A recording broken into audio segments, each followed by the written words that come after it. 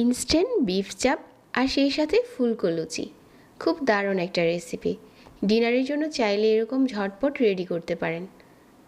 আজকে চাপ বানানোর জন্য মাংসটাকে এরকম পাতলা পাতলা করে স্লাইস করে প্রথমে ছুরি দিয়ে এভাবে করে কেচে নিচ্ছি। মাংসের স্লাইসটা যত পাতলা করবেন চাপটা তত তাড়াতাড়ি কুক হবে। এপাশ ওপাশ করে ছুরি দিয়ে কেচে নেওয়ার পর এখন ভালো করে থেতলে নিচ্ছি।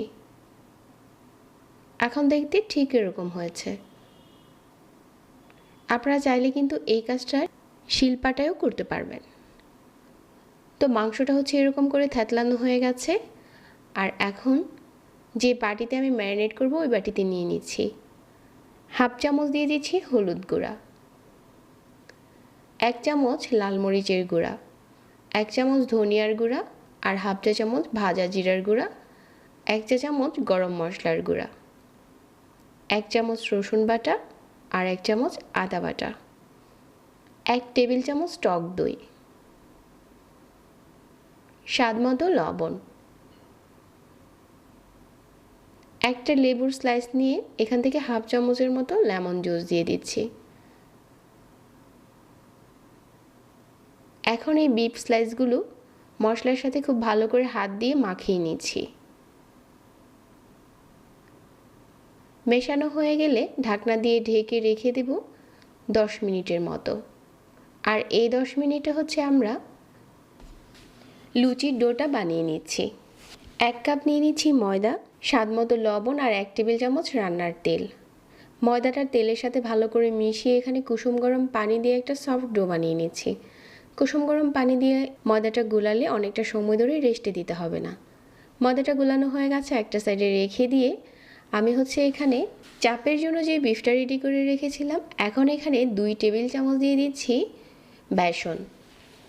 তারপর এখানে কিছু আস্ত মশলা দিয়ে দিচ্ছি, এগুলো হচ্ছে চিলি ফ্লেক্স আর হচ্ছে আস্ত ধনিয়া একটুখানি গুঁড়ো করে দিয়েছি।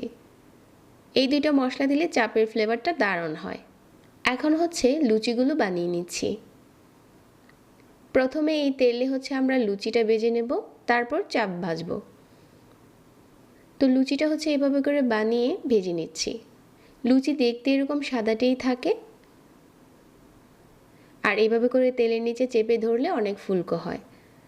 এই একই প্যানে এখন চাপগুলো ভেজে নিচ্ছি। আপনি 2 থেকে 3টা চাপ একই সাথে দিয়ে দিতে পারবেন। আর মাংসটা যেহেতু আগে থেকে একটু ম্যারিনেট করে রেখেছিলাম আর খুব ভালো করে পাতলা করে স্লাইস করেছিলাম, এই জন্য চাপটা কুক হতে বেশি সময় লাগবে না। চাপটা ভাজা হয়ে গেছে, লুচির সাথে এখন পরিবেশন করে নিচ্ছি। পছন্দ মতো সালাদ আর সস দিয়ে এটা খেতে দারুণ মজার হয়। আর চাপটা কিন্তু অনেক সফট হয়েছে। চাইলে ইনস্ট্যান্ট এভাবে করে চাপ বানাতে পারবেন। আশা করছি আজকের সহজ রেসিপি সবার ভালো লেগেছে। যারা প্রতিনিয়ত এরকম সহজ রেসিপিগুলো দেখতে পছন্দ করেন চাইলে পেজ ফলো করে রাখতে পারেন আর সেই সাথে আমাদের ইউটিউব চ্যানেলটা সাবস্ক্রাইব করবেন। সবাই অনেক ভালো থাকবেন। আজকে এখানেই বিদায় নিচ্ছি। আল্লাহ হাফেজ।